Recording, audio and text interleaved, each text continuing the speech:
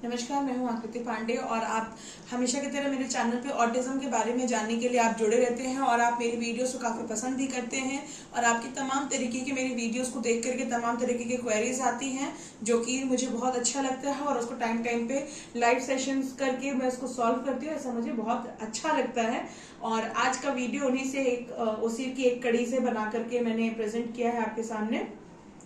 बहुत सारे लोग मुझे GFCH डाइट के बारे में बात करते हैं या ऑटिज्म से रिलेटेड डाइट चार्ट के बारे में मुझसे बराबर क्वेश्चन करते हैं।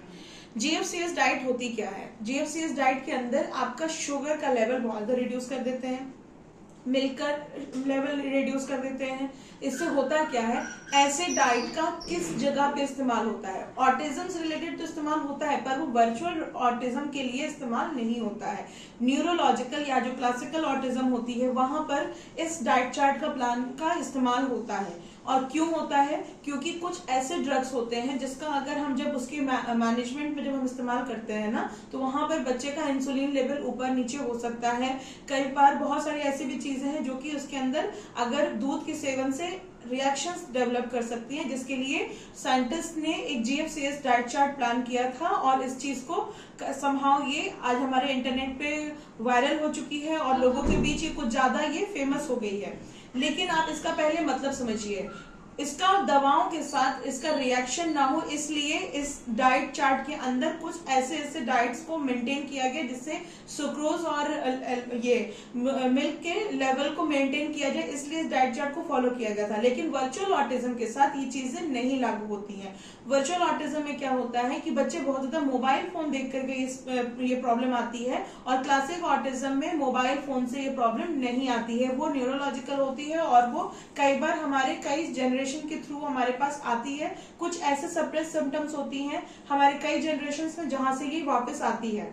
वर्चुअल ऑटिज्म इस तरीके की नहीं होती है। वर्चुअल ऑटिज्म मोबाइल देख करके आती है और वो इस बार जो पैंडेमिक आया, जो हमारा एक ग्लोबल पैंडेमिक आया, वहां के बाद से ही वर्चुअल ऑटिज्म के केसेस अचानक से नोटिस होने लगे।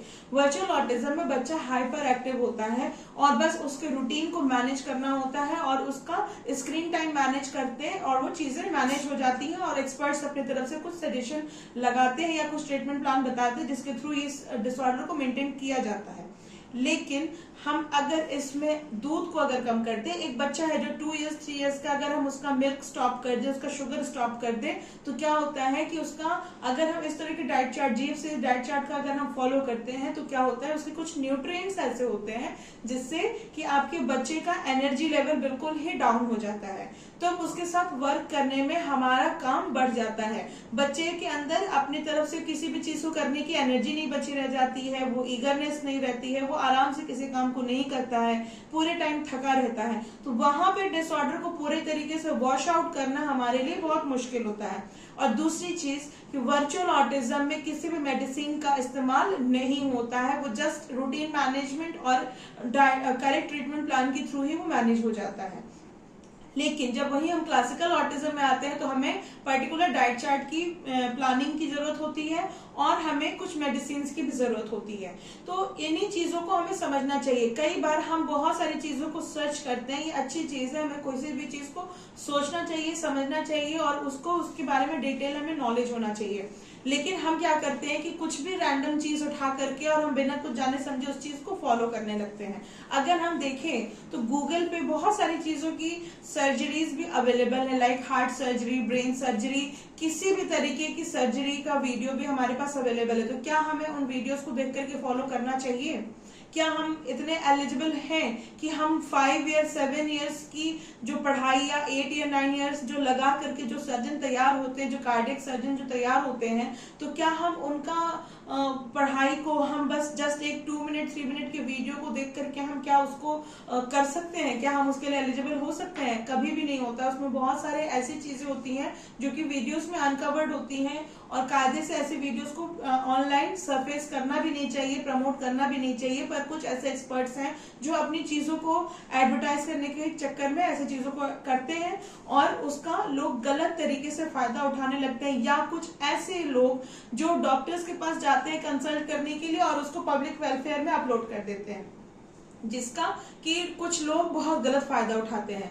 कुछ ऐसे भी एक्सपर्ट्स होते हैं जो अपने रिलेशन में अगर उनको पता चलता है कि बच्चे को ऑटिज्म है तो पूरे केस का डायग्नोसिस जाने बगैर, बच्चे का बिहेवियर पूरे जाने बगैर वो डाइट चार्ट तुरंत हैंड ओवर कर देते हैं पेरेंट्स को। पर इसका ड्रॉबैक क्या आता है, इसके ऊपर किसी को भी रिसर्च नहीं करते हैं, उसको परेशान क्या आ सकती है इसके बारे में भी जानने की कोशिश नहीं करते हैं। तो ऐसी चीजों से हमें बचना चाहिए और GFCH डाइट से अपने आप को बचा के रखिए और अपने एक्सपर्ट से जरूर इसके बारे में डिस्कशन करिए कि आपके बच्चे को GFCH डाइट की जरूरत है या नहीं।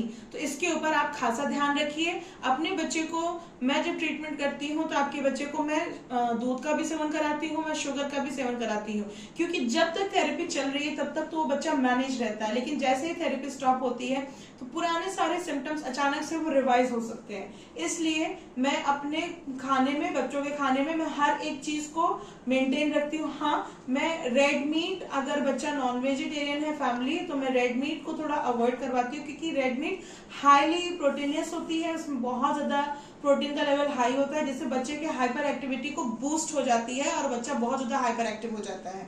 तो इस चीज को मेंटेन करने के लिए मैं बस रेड मीट को अलाउ नहीं करती हूँ। मंथ में 1 बार या 2 बार खाने की, ज्यादा अगर बच्चा हाइपर एक्टिव है तो वो कुछ महीने तक स्टॉप ही रहे तो ज्यादा बेहतर है, लेकिन अगर बच्चा अगर कम है तो उसको महीने में 1 बार से 2 बार ही खाने के लिए मैं परमिशन देती हूँ, भी 1 से 2 पीस से ज्यादा नहीं खाना है।